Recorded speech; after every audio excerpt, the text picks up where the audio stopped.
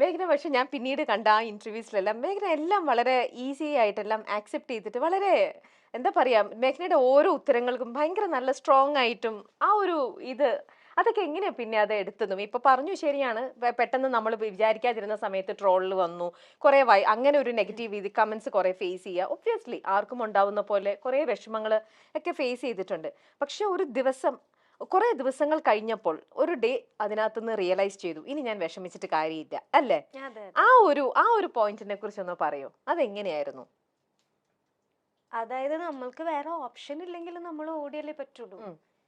ഇപ്പൊ എന്താ പറയാ, ആ ഒരു ബാക്കപ്പ് തന്നത് മമ്മിയാ ആ അത് അമ്മയുടെ ഒരു ബാക്കപ്പ്. അമ്മ എപ്പോഴും ഒരു ബാക്ക് ബോൺ ആണ്. പക്ഷെ എന്തൊക്കെ നമുക്ക് ബാക്ക് ബോൺ ഉണ്ട് എന്ന് പറഞ്ഞാലും ആരൊക്കെ നമ്മുടെ അടുത്ത് സമാധാനിപ്പിക്കാനും നമ്മളെ പാമ്പർ ചെയ്യാനുണ്ടെന്ന് പറഞ്ഞാലും നമ്മൾക്ക് ഉള്ളില് ഒരാളുണ്ടെന്ന് വിശ്വസിക്കുന്ന ഒരാളാണ് ഞാൻ. അയാൾ ഓക്കെ ആയിരിക്കണം ആ ഒരു പറയുന്ന കാര്യങ്ങൾ അക്സെപ്റ്റ് ചെയ്യാനും അതനുസരിച്ച് പ്രവർത്തിക്കാനും ഒക്കെ.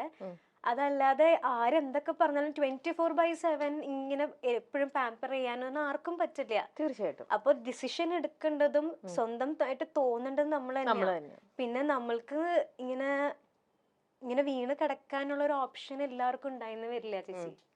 നമ്മൾക്ക് ഓടി തന്നെ ആവണം എന്നുള്ളൊരു സിറ്റുവേഷൻ പലർക്കും ഉണ്ടാവും. അപ്പൊ നമ്മളിങ്ങനെ കിടന്നിട്ട് കാര്യമില്ല. ഞാൻ എപ്പോഴും പറയണ പോലെ നമുക്ക് 2 ഓപ്ഷനാണ്.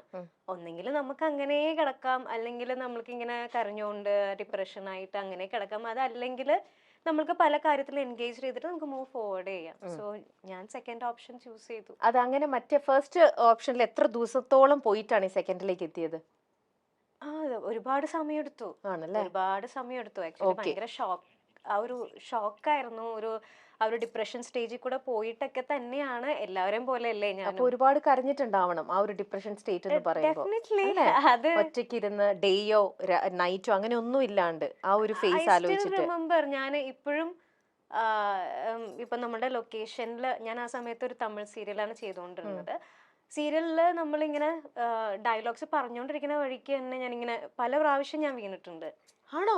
അപ്പം കോൺഷ്യസ്ലിയോ അൺകോൺഷ്യസ്ലിയോ സാധനം സബ് കോൺഷ്യസ് മൈൻഡിൽ ഇങ്ങനെ കിടക്കാണ്. ആ മൈൻഡിൽ അത് നമ്മൾ അതിന്ന് പുറത്തേക്ക് വരാനായിട്ട് ഇത്തിരി ടഫാണ്.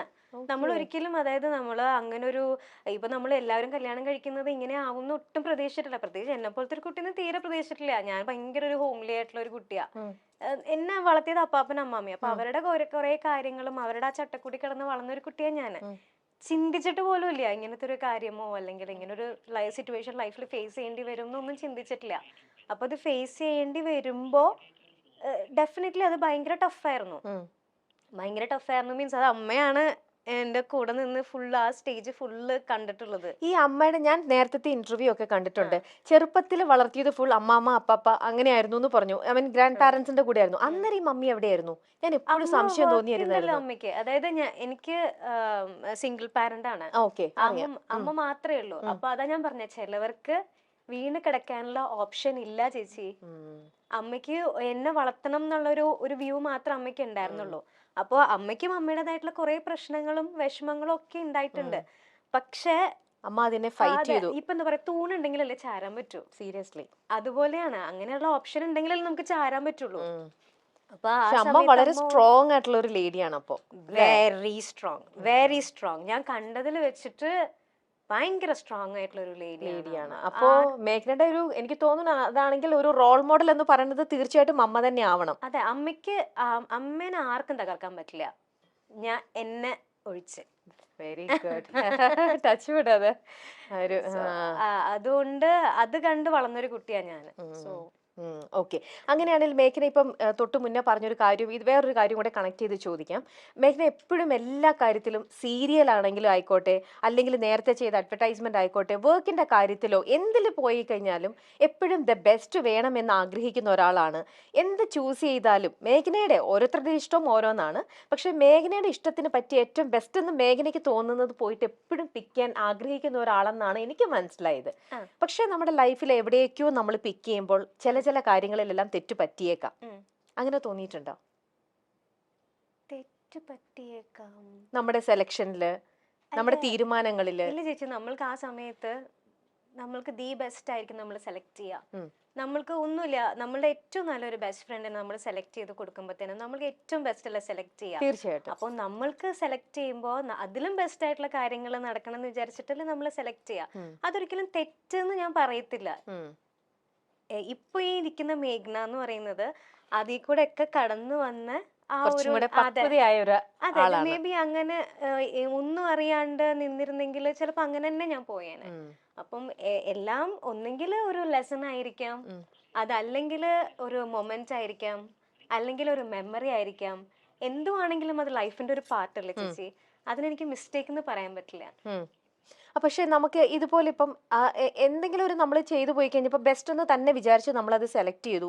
പക്ഷെ അത് നമ്മൾ പിന്നീടാണ് നമ്മൾ റിയലൈസ് ചെയ്യുക, അയ്യോ ഇതിവിടെ എൻ്റെ സെലക്ഷൻ തെറ്റിപ്പോയി, ഇത് എനിക്ക് ബെസ്റ്റ് ആയിരുന്നില്ല, ഞാൻ അവിടെ കുറച്ചും കൂടെ ആലോചിക്കേണ്ടിയിരുന്നു, ഒന്നും കൂടെ തിങ്ക് ചെയ്തിരുന്നെങ്കിൽ, ഈ ഒരു ഭാഗം ഞാൻ ചിന്തിച്ചില്ലല്ലോ. ഇങ്ങനെ പല പല ചോദ്യങ്ങൾ നമുക്ക് പിന്നീട് ഫേസ് ചെയ്യേണ്ടതായിട്ട് വരും. അത് ആർക്കാണേലും അതെ. അപ്പൊ അങ്ങനത്തെ ഒരു ഇൻസിഡന്റോ അങ്ങനത്തെ കുറച്ച് മറു ചോദ്യങ്ങളോ അല്ലെങ്കിൽ അവൾ അങ്ങനത്തെ ഒരു റിഗ്രറ്റ് ചെയ്യേണ്ട ഒരു മൊമെന്റോ അങ്ങനെ എന്തെങ്കിലും ലൈഫിൽ നമ്മൾക്ക് എല്ലാം നമ്മൾ ചെയ്യുന്നത് കറക്റ്റ് ആവണമെന്നില്ല. ചില മിസ്റ്റേക്സ് നമ്മൾക്ക് ഉണ്ടായിട്ടുണ്ടാവാം, ഇപ്പോഴും ഉണ്ടായിക്കൊണ്ടിരിക്കുന്നുണ്ടാവാം. അത് തിരിഞ്ഞു നോക്കുമ്പോൾ ചിലപ്പോൾ മിസ്റ്റേക്ക് ആയി പോയിട്ടുണ്ടാവും. പക്ഷെ അത് റിഗ്രറ്റ് ചെയ്ത് ഞാൻ ഇരിക്കത്തില്ല. I try to correct it maximum. Okay, ശരി. അപ്പൊ ഈ ഒരു പോയിന്റും കൂടെ ആയിട്ട് ഞാൻ വേറൊന്നും കൂടെ കണക്ട് ചെയ്തോട്ടെ. ഇപ്പം കുറച്ച് പക്വത എത്തിയ ഒരാളാണെന്ന് എല്ലായിടത്തും പറയുന്നുണ്ട്. പിന്നെ നമ്മുടെ നാട്ടിലും എപ്പോഴും എല്ലാം സംഭവിക്കുന്ന ഒരു കാര്യം തന്നെയാണ് ഡിവേഴ്സും കാര്യങ്ങളും എല്ലാം. ഇന്നിപ്പോ എനിക്ക് തന്നെ തോന്നുന്നില്ല നമുക്കിപ്പോ അത് സെറ്റ് ആവുന്നില്ലെങ്കിൽ എല്ലാവരും അത് ഒരുമിച്ച് ഒരേ റൂഫിനടിയിൽ പരസ്പരം വഴക്കിട്ട് നിൽക്കുന്നതിലും എത്രയോ നല്ലതാണ് നമ്മൾ സ്വയം അങ്ങോട്ടും ഇങ്ങോട്ടും പറഞ്ഞ് നമ്മൾ പിരിയുന്നത്, അല്ലേ? സ്നേഹത്തോടെ പറഞ്ഞ് പിരിയുക. ആൻഡ് ഇറ്റ്സ് വെരി ഒരു കോമൺ ആയിട്ടുള്ള ഒരു കാര്യം തന്നെയാണ്. പിന്നെ പ്രത്യേകിച്ചും സെലിബ്രിറ്റീസ് ആകുമ്പോൾ ഒബ്വിയസ്ലി നമ്മുടെ പബ്ലിക് അതിനെ ഇട്ടിട്ട് കുറച്ച് ജാസ്തി അതിനെക്കുറിച്ച് പറയും എന്നുള്ളത് മാത്രം. എന്നാലും ഞാൻ പേഴ്സണലി ചോദിക്കുന്ന ചോദ്യം ആയതുകൊണ്ട് വേറൊന്നും വിചാരിക്കരുത്. മേഘനയ്ക്ക് താല്പര്യം ഉണ്ടെങ്കിൽ മാത്രം ആൻസർ ചെയ്താൽ മതി. വേറെ ഇന്റർവ്യൂസിലൊന്നും കണ്ടിട്ടുമില്ല, അതുകൊണ്ട് ഞാൻ ചോദിക്കുകയാണ്. ഇങ്ങനെ ഒരു പേഴ്സൺ, ഇതൊക്കെ കുറേ കൂടെ പേഴ്സണൽ ആണ് ഉത്തരങ്ങൾ, ബട്ട് സ്റ്റിൽ ഇങ്ങനെ ഈ ചോദിച്ചുകൊണ്ടിരിക്കുന്ന പബ്ലിക്കിലേക്ക് വേണ്ടിയിട്ട് ഒന്ന് ഇതാക്കാനായിട്ട് എന്തുകൊണ്ടായിരിക്കാം ആ ഒരു തീരുമാനം വേണ്ടാന്ന് വെച്ചത്? കാരണം ഇതിനെപ്പറ്റി പാവം അപ്പുറത്തെ സൈഡിൽ നിൽക്കുന്ന ഡിംപിളും ഒക്കെ ഒരുപാട് ഫേസ് ചെയ്യുന്നുണ്ട്, അല്ലേ? ചോദ്യങ്ങളും മറു ചോദ്യങ്ങളും ഒക്കെ ആയിട്ട്. അപ്പൊ അതിനൊക്കെ ഒരു ഇത് നിർത്താൻ വേണ്ടിയിട്ട് ആ ഒരു ഒരു ഒരു ഡയലോഗ് പോലെ അല്ലെങ്കിൽ ഒരു സ്റ്റേറ്റ്മെന്റ് ആയിട്ടോ എന്തെങ്കിലും മനസ്സിൽ നിന്ന് എന്തെങ്കിലും ഒന്ന് പറയാൻ പറ്റുമോ? ഇങ്ങനെ കമന്റ്സ് വരുന്നതിനെ പറ്റിയാ ഞാൻ ഒരിക്കലും റെസ്പോണ്ട് ചെയ്തിട്ടില്ല.